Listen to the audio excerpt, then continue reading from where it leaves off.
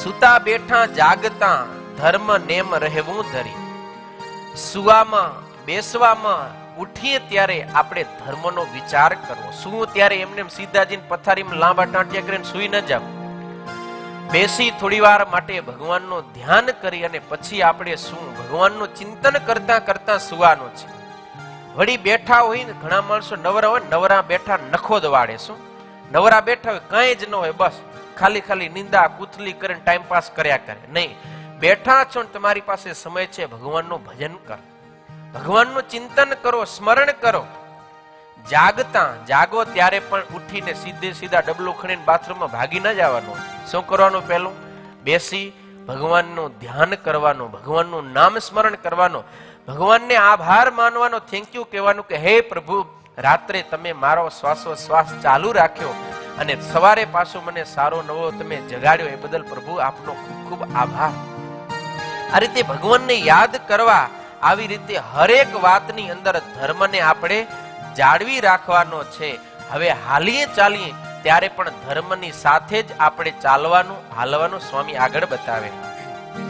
ધર્મે હાલવું, ધર્મે ચાલવું, ધર્મે લેવું ને દેવું વળી. ધર્મે હાલવું, ધર્મે ચાલવું, ધર્મે લેવું ને દેવું વળી.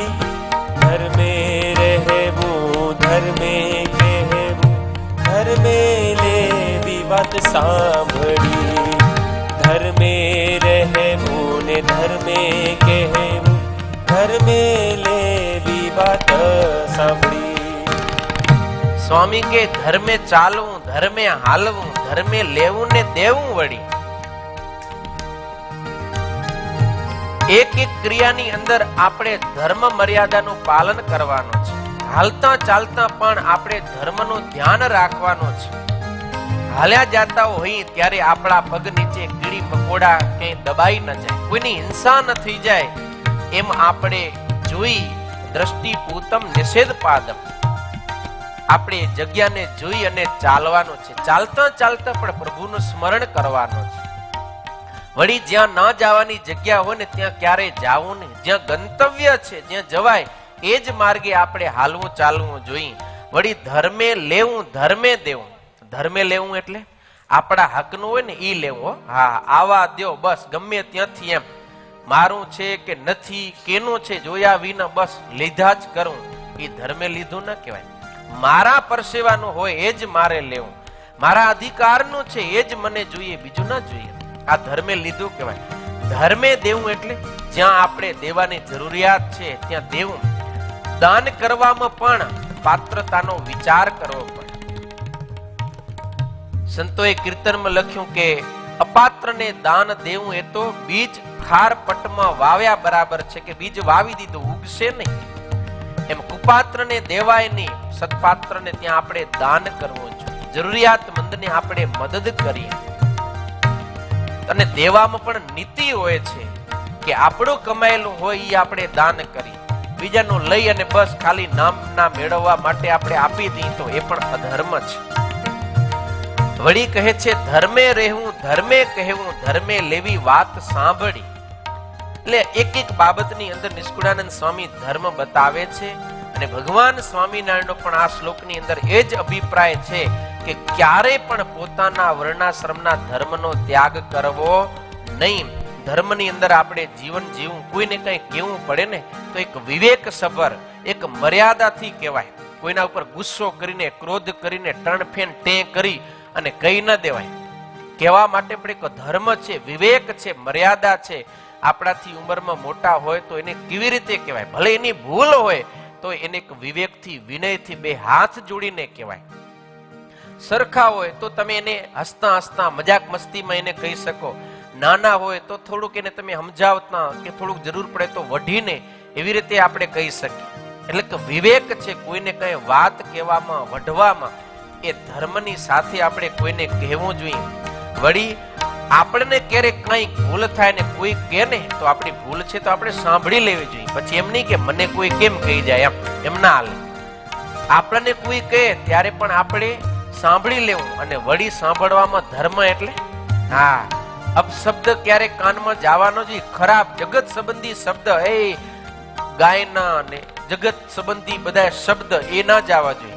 હર હંમેશા ભગવત સંબંધિત શબ્દ આપણા કાનની અંદર જાય એ આપણે ધર્મ સહિત સાંભળ્યું કહેવાય. અને નિષ્કુળાનંદ સ્વામી હવે આગળ ખાવા પીવા ઉપર વાત કરે છે.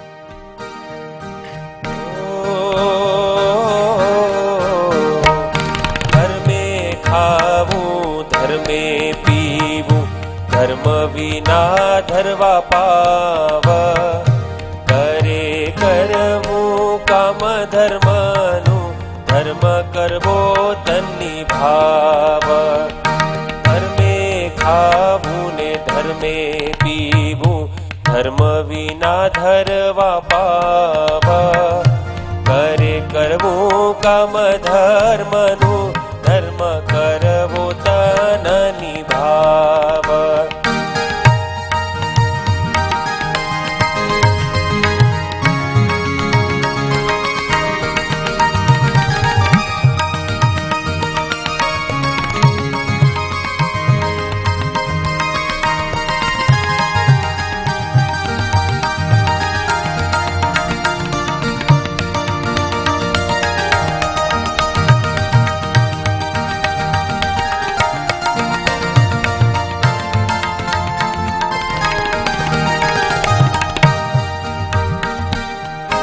નિષ્કુળાનંદ સ્વામી કહે ધર્મે ખાવું. ખાવામાં ધર્મ આવે. વેલા તમારે ઘરે આવે ખાવામાં ધર્મ કે નથી આવતા? ખાવામાં પીવામાં ધર્મ છે. જેના હાથનું ખપે એના હાથનું ખવાય, જેના હાથનું ન ખપે એના હાથનું ન ખવાય. ગાડી ચાડી પવિત્ર શુદ્ધ સાત્વિક ભગવાનને ધરાવેલું હોય ને એવું જમાય. આવું ન હોય એટલે કે જે ગાળેલું નથી, છાડેલું નથી, ચાળેલું નથી, એ શુદ્ધ સાત્વિક પવિત્ર નથી, ભગવાનને ધરાવેલું નથી, એવું ક્યારે જમાય નહીં, એવું પીવાય પણ નહીં. આમાં ખાવા પીવામાં પણ આપણે ધર્મનું પાલન કરવું, ખાવા પીવામાં ધર્મનો ત્યાગ ન કરવો. આજે માણસો ખાવા પીવામાં ધર્મ સાવ મૂકી દીધો છે. દૂર દૂર સુધી કે ધર્મ દેખાતો નથી. એકદમ રસા સ્વાદમાં આસક્ત થઈ અને જે મળે એ હવે ખાવા મંડી જાય.